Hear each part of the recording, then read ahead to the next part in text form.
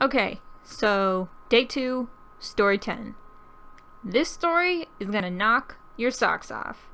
This story has it all. It's got feminism, it's got some pirates, and the affair of the century. DNA tells this story, and he's my favorite of the storytellers because of how he always says what everyone is too shy to say. The theme for day 2 is fortune, and it clearly plays a big role in this story.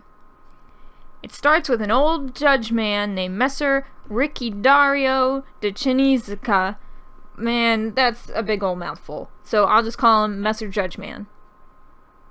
Anyway, he decides that he wants a hot young wife even though he's old as shit. Oh, also, he is hella rich, so I guess that works in his favor. So he finds this guy who agrees to let Messer Judge Man marry his daughter, Bartolomea. How fortunate for the Messer. See? Fortune. Bartolomea was both young and beautiful, and they had a freaking fancy wedding. The problem began on their wedding night, because, like I said, he's old as heck. So, he's got a limp dick, and I don't think they had Viagra back then.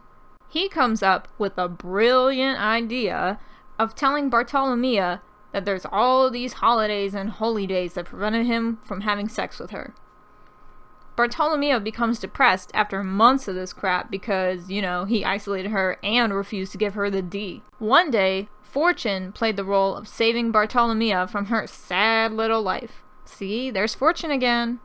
They go fishing one day, having the ladies in one boat and the men in another, when all of a sudden, a pirate ship shows up and catches up to the ladies' boat before they could get away. Paganino the pirate sees Bartolomea and is like, hot damn, so he kidnaps her. Bartolomea is like losing her shit on the boat because, she just got kidnapped. And Paganino keeps trying to make her feel better, but it is not working. He comes up with a bright idea to make her feel better with his dick, like it's got some kind of magical healing powers or something. But I guess he was really good in the sack, because as soon as they started, Bartolomea was like, Messer who? And they banged all night. Well, while they were living it up, humping like rabbits, Messer Judge Man was looking for Bartolomea. He hears one day that somebody saw her, and so he gets determined and sets out to find her himself. Bartolomea sees Messer Judge Man and is like, aw, shit. So she goes to tell Paganino, and they come up with a plan. When Messer Judge Man finds Paganino, he explains how Bartolomea is his wife and everything, and Paganino's like, I don't know what you're talking about, but I'll take you to her, and if she recognizes you and wants to leave, then you can have her and give me whatever you want as her ransom. Paganino takes Messer Judge Man to go see Bartolomea, and as soon as she sees him, she's like, who's this fool? Messer Judge Man thinks she must not recognize him because of how distressed he looks, and so he tries explaining who he is. She's not coming back to that life without dick, so she's like, sorry, dude. He thinks that she must be scared of Paganino, so he requests to speak with her alone. Paganino agrees as long as Messer Judge Man doesn't try to kiss her or anything like that. So he gets alone with Bartolomea, and Messer Judge Man is like, oh, please, my love, remember, oh man, I miss you lots. And Bartolomea starts to tell him off. She's like, yeah, I know who you are, dumbass, but I'm not going back to that life. She says, God looked down with pity on my youth, and by his will I chanced upon the man I share this room with, in which holy days are unheard of.